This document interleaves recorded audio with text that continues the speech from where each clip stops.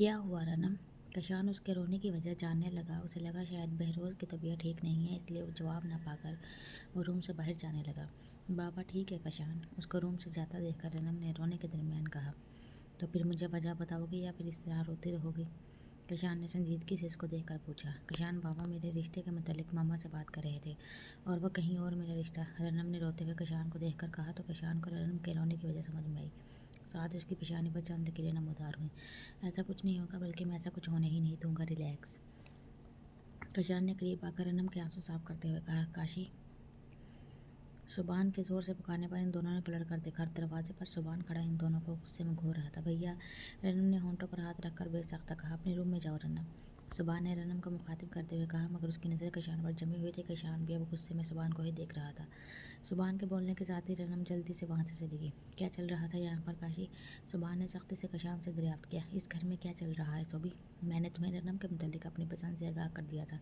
अब से नहीं बल्कि 2 महीने पहले से। फिर आंटी अंकल इसके लिए किसी दूसरे का कैसे सोच सकते हैं? कशान ने गुस्से में सुबान से सवाल किया। वो उसके माँ बाप है, उसके मुतालिक फैसला करने का हक रखते हैं और मेरी बात करने से पहले आनी रनम के लिए आशिक का रिश्ता डाल गई थी। बाबा ने मुझे कल ही बताया।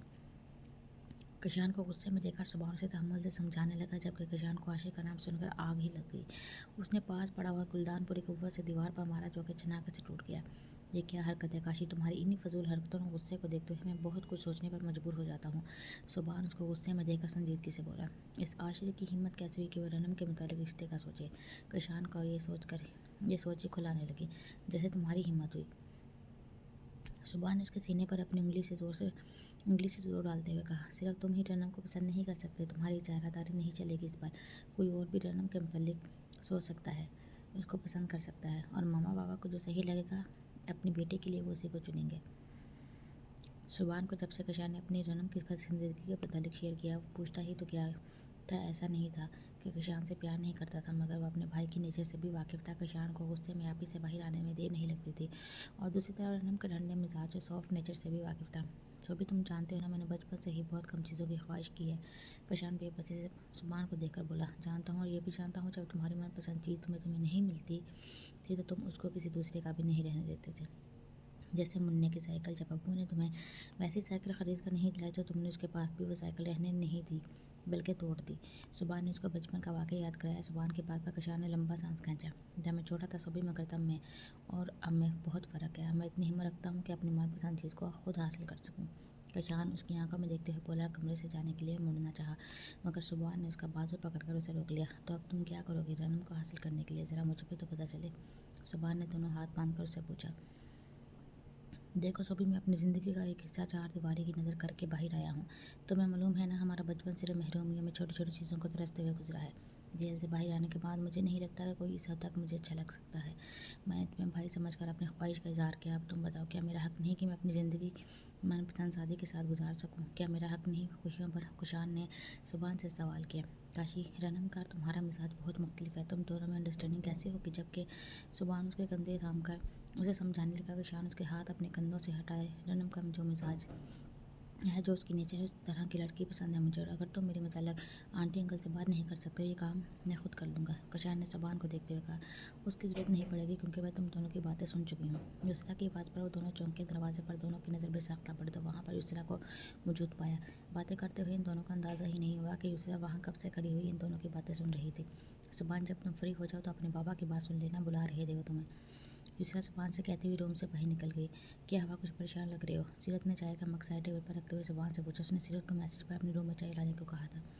हाँ, काशी ने मुझे वाकई परेशान करके रख दिया है। अभी वो बहरोज़ के पास उसके बेडरूम में बहरोज़ की बात सुनने के लिए गया था, मगर उसको सोता हुआ देखकर अपने बेडरूम में आ गया। ये कोई नई बात नहीं है, बचपन से ही उसकी हरकतें हैरान और परेशान करने वाली हैं। भाई होकर भी तुम अपने भाई की आदतों को नहीं समझते। सीरत ने बात को मजाक का रंग दिया, जिस पर सुबान ने संजीदगी से देखा। अच्छा बताओ, क्या हुआ, क्या कर दिया अब काशी ने? सुबान को सीरियस देखकर सीरत ने उसे पूछा। उसके करीब वो सोफे पर बैठ गई। वो बताया तो था तुम्हें रनम को पसंद करता है और अब उसे शादी की जिद लगाए बैठा है। सुबान सोफे के पीछे अपना सर टेकते हुए सीरत को बोला। सो भी अजीब बात करते हो तुम भी। काशी रनम को पसंद करता है तो शादी भी उसी से करेगा, टाइम पास के लिए तो पसंद नहीं किया होगा काशी ने उसे, और वक्त गुजारी करने वाला इसका मिजाज है भी नहीं। इसमें इतना परेशान होने वाली क्या बात है? सीरत को सुबान का परेशान होना बेमकसद लगा।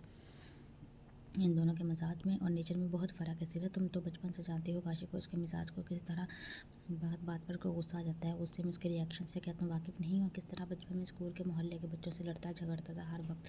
आए दिन उसकी शिकायतें आती रहती थी। रनम कैसे एडजस्ट कर पाएगी यार उसके साथ, वो तो बहुत सीधी है। सुबह ने असल वजह बताई जो उसके दिमाग में घूम रही थी। मैं काशी को बचपन से जानती हूँ, सो भी उसके गुस्से वाले मिजाज से भी वाकिफ़ हूँ। बचपन से उसके गुस्से की वजह तुम्हारे घर का माहौल रहा है और बाहर आया स्कूल में भी किसी से वो तब लड़ता झगड़ता था जब कोई तुम्हारे अम्मी अब्बू के लड़ाई झगड़ों को लेकर बातें करता था या फिर मजाक उड़ाता था। इस तरह की बातों पर तो इंसान को गुस्सा आ ही जाता है। रही बात काशी या रनम के मिजाज की, तो सोबे तुम्हें नहीं लगता तुम्हारे भाई के साथ कोई नरम तबीयत धीमे मिजाज वाली लड़की की ज़िंदगी गुजर सकती है? तुम खुद काशी के नेचर को मद्देनजर रखते हुए ये बात सोचो। सीरत की बात पर सुबान ने सोफे से सर उठाकर सीरत को गौर से देखा। तो क्या ये रनम के साथ जाती नहीं होगी? वो तो हमेशा उसके गुस्से के आगे दबकर रहेगी। सुबान ने सीरत की बात पर एतराज़ करते हुए कहा, ज्यादती क्यों होगी भला? अभी तुमने खुद ही कहा काशी रनम को पसंद करता है। पागल है क्या वो जो रनम पर बिला वजह गुस्सा करेगा? काशी को यहाँ पर रहते हुए 5 माह हो गए हैं। इन 5 महीनों में से तुमने कितनी बार गुस्से में लड़ते झगड़ते देखा?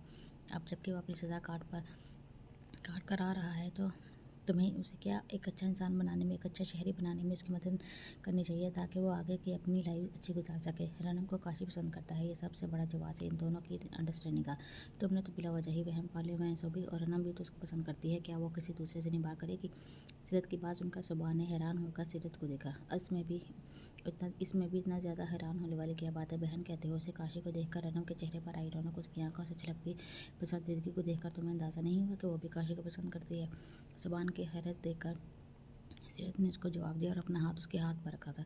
मुझे मालूम है तुम काशी और अनम दोनों ही बहुत अजीज़ हैं, इसलिए इन दोनों की खुशी को मद्देनजर रखकर तुम उनके लिए मामा पापा से बात करो और अपने आप को भी रिलैक्स करो। सीरत ने मुस्कुराकर से मशवरा दिया, जिससे सुबहान मजीद सोचों में पड़ गया। अब वो काशी और सनम की शादी के मतलब मुस्बत पहलुओं को सोचने लगा। सीरत सोफे पर हाथ सुबान के हाथ पर अपना हाथ तक उसके बराबर में बैठी थी कि अचानक कमरे का दरवाज़ा बजा। रनम के अंदर आने पर सीरत ने सुबान के हाथ पर से अपना हाथ हटाया, थोड़ा दूर होकर बैठी। भैया, मुझे आपसे बात करनी है। रनम ने सुबान को देखकर कहा। रोने की वजह से उसकी सब आंखें सुर्ख हो रही थी। मैं तुम्हारी चाय गर्म करके लाती हूँ। सीरत ने रनम की आंखों को देखने के बाद सुबान को मुखातिब किया। चाय का मग लेकर रूम से बाहर निकल गई। मैंने आपका दिल दिखाया है ना, आई एम सॉरी। अब सीरत की जगह रनम सोफे पर आकर बैठी सुबान का हाथ थामे बोलने लगी। तुम्हें मालूम है मैंने और बाबा ने हमेशा तुम पर ट्रस्ट किया है। सुबान का लहजा इसके नाराज़ होने की निशानदेही कर रहा था, जिस पर रनम को मजीद रोना आने लगा। मैंने आपके या बाबा के ट्रस्ट को कभी नहीं तोड़ा, ना पहल मेरी तरफ से हुई। रनम ने सुबान से नज़र मिलाए बगैर सर झुकाते हुए कहा, अगर ऐसी बात है तो फिर ठीक है, अब तुम पापा की ख्वाहिश का एहतराम करो। सुबान की बात पर तड़प कर रनम ने उसको देखा। भैया, मैंने आपका एतबार नहीं तोड़ा, ना ही कोई ऐसी बात होने दी जिससे आपका सर झुके, मगर प्लीज़ मेरा इतना बड़ा इम्तहान मत ले। मैं कशान के अलावा किसी और के साथ रनम नफ़ी में सर हिला कर रोने लगी और सुबान खामोश होकर उसे देखने लगा। तुम्हें काशी के नेचर का अंदाज़ा है, एडजस्ट कर पाओगे इसके साथ? सुबान रनम को गौर से देखकर पूछने लगा। मुझे नहीं मालूम कि मैं कशान के साथ एडजस्ट कर पाऊंगी या नहीं, मगर मुझे लगता है मैं और किसी के साथ एडजस्ट नहीं कर पाऊंगी। मैं मर जाऊंगी भैया। रनम अपना चेहरा दोनों हाथों में छुपाकर रोने लगी। क्या बकवास है ये? आइंदा ऐसी फजूल बात मैं तुम्हारे मुँह से ना सुनूं। सुबान उसके दोनों हाथ तो चेहरे से हटाकर उसे गले लगाते हुए बोला। सीरत चाय का मग हाथ में लिए अंदर आई तो एक जज्बाती सीन उसका मंतजर था। सुबान ने उसे इशारे से रनम को चुप कराने के लिए कहा। अरे लड़की, अभी तो हम तुम्हारी काशी से शादी कर रहे हैं, जो तुम जो भाई के गले लगकर रो रही हो। सीरत ने रनम को अपने गले लगाते हुए बोला। सुबान सीरत को घूर कर रहेगा, जिसका सीरत ने हमेशा की तरह कोई नोटिस नहीं लिया। चलो आंसू साफ करो अपने। अब मैं तुम्हें काशी को रुलाने के 101 टोटके बताऊंगी, बस मेरा नाम न डबोना। काशी को अच्छी तरह बता देना कि किसकी बहन हो तुम। सीरत रनम की आंखों से आंसू साफ करती हुई इसको बहलाने का बोलने लगी। सुबान मुस्कुराहट छुपाई चाय का मग हाथ में लिए टेरेस में चला गया। उसे सीरत पर भरोसा था कि वह रनम को अच्छी तरह बहला लेगी। इस तरह कैसे ऑफिस जा रहे हो? नाश्ता करके जाओ। सुबह नाश्ते के टेबल सुबह सीरत रनम और दूसरा बैठे नाश्ता कर रहे थे। कशान अपने रूम से निकला, सरसरी नज़र सब पर डालता हुआ ऑफिस जाने के लिए बाहर निकलने लगा। तभी दूसरा की आवाज़ पर उसके कदम रुके। आज जल्दी ऑफिस पहुंचना है, आंटी नाश्ते के चक्कर में देर हो जाएगी। कल रात वाला वाक़या कशान के जहन में आया तो उसने यूसरा से नज़र चुराते हुए जवाब दिया, जूस पीने में कितना टाइम लगता है, आ जाओ शाबाश। यूसरा की दूसरी बार कहने पर कशान उसे इनकार नहीं कर सका। कदम उठाता हुआ टेबल के पास आया, कुर्सी खिसका कर बैठ गया। सुबान ज़रा जूस का जग पकड़ाओ। इत्तेफाक से जूस का जग सुबान के करीब रखा हुआ था। यूसरा ने उसे जग पकड़ाने का कहा। सुबान ने जब जग उठाकर कशान की तरफ बढ़ाया तो कशान ने उसे कहा जाने वाली नज़रों से देखा। वो शायद कल वाली बात को लेकर सुबान से अब तक खफा था। जूस नहीं चाहिए, दे दीजिए मुझे। सुबान के बड़े हुए हाथ को इग्नोर करके यूसरा से कहने लगा। कशान की इस तरह बोलने पर जहाँ सुबान को जग वापस रखते हुए हंसी आई, वहीं सीरत और यूसरा ने भी अपने चेहरे पर आई मुस्कुराहट जल्दी से छुपा लिया। वह रनम का कशान को संजीदगी से देखने लगी। यूसरा ने कशान को चाय से भरा कप थमाया, जो वो खामोशी से पीने लगा। शायद ऐसे ज़िंदगी में पहली बार हुआ था जो किशान सुबहान से नाराज़ हुआ था। सुबहान नाश्ता करता हुआ सोचने लगा, ओके मैं यूनिवर्सिटी के लिए निकलती हूँ। ड्राइवर के मोबाइल पर कॉल आने पर रनम ने सबको मुखातिब किया। खुदा हाफिज़ कहकर बाहर निकल गई। किशान भी चाय का कप खाली करके दूसरा को खुदा हाफिज़ करके बाहर निकला। किशान 1 मिनट रुकिए, मुझे आपको कुछ बताना है। कल भैया ने किशान को बाहर आता देखकर रनम उसकी तरफ आई। वो नहीं चाहती थी कि किशान का दिल सुबहान से ख़राब हो। उस दिन मैंने बिल्कुल ठीक कहा था, तुम्हारा भैया वाकई उल्लू का भट्ठा है। किसान जो रनम की बात सुनने के लिए मुड़ा, मगर सुबहान का नाम सुनकर रनम की बात को काटते हुए गुस्से में बोला, कार में बैठकर ऑफिस के लिए निकल गया। बाबा आपने बुलाया था, सुबहान ने बहरोज के रूम में आते हुए कहा।